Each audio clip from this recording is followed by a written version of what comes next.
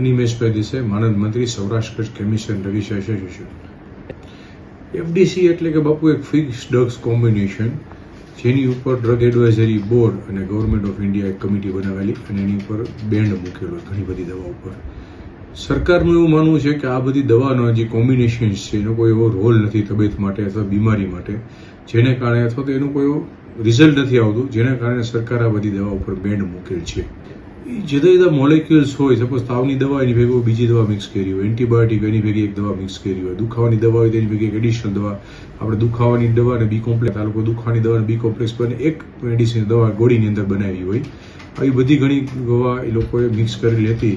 એ સરકારે એવું તપાસ કરતા એ નીકળી ગયું છે. આની પહેલા એક 156 હતી અને આ વખતે પાછું એક 133 જેવું લિસ્ટ થાય છે, જેને મોલેક્યુલ કરતા જેમ કે કોમ્બિનેશન તમે જો માર્કેટમાં બ્રાન્ડ્સ ગણો તો હજારો બ્રાન્ડ્સ થાય છે, હજારો બ્રાન્ડ્સ આની અંદર આવે છે. આ દવાઓ બંધ કરવા જેવી હતી કે નહીં આપણે ન કહી શકીએ, તો સરકારનું નક્કી કરી શકે, દવાની કંપની નક્કી કરી શકે. એનું કારણ છે આ બધી દવા ઉપર હમણાં જ પાછો સુપ્રીમ કોર્ટે કે હાઈકોર્ટે એક સ્ટે આપેલો 3 દિવસ પહેલા, એટલે આ દવા પાછી બધી ચાલુ થઈ ગઈ. દર વખતે દવા ટેકનિકલ બોર્ડ આ રીતે બેન્ડ કરે અને દવાની કંપનીઓ જઈને સ્ટે લઈ આવે છે, પછી હિયરિંગ થાય અને છૂટછાટ મળી જાય છે.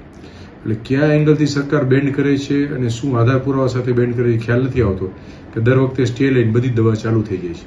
બીજું પેશન્ટની માનસિકતા એવી છે, વર્ષોથી જે દવા ખાતા હોય એ દવા બંધ થાય તો સાયકોલોજીકલી એની તબિયત સાજી નથી થતી. એ એક મેજર રોલ હોય છે અમારા દવાના ધંધા વ્યવસાયની અંદર. જીવન જરૂરિયાતની દવાઓ કોઈ નથી, પણ દવા ઘણા બધા કાયમી ખાતા એવી દવાઓ રોજિંદા યુઝમાં લેતા એવી દવા ઘણી બધી હતી. રેનિડોમ એક મેનકાઇન્ડની દવા જે બેન થઈ હતી એની અંદર તે આમાં હતી, પીડી કે એવી કોમ્બિનેશન વાળી હતી, મને બ્રાન્ડ નેમ બરોબર યાદ હતી, પણ એ દવા બેન થઈ હતી એ પણ ખુલી ગઈ છે હવે.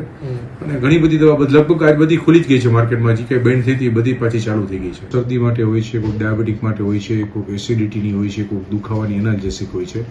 આવી ઘણી બધી દવાઓ આવી માર્કેટની અંદર હોય છે, જે બધી પાછી ચાલુ થઈ ગઈ છે અત્યારે. હવે કાં શું થશે એની કાં સરકાર કંપનીઓ ભેગા થઈને કોમ્બિનેશન ચેન્જ કરશે, એમાંથી બિનજરૂરી દવા છે હટાવી લેશે ગવર્મેન્ટની ગાઈડલાઈન મુજબ, અને પાછી દવા આવશે ખરી માર્કેટમાં.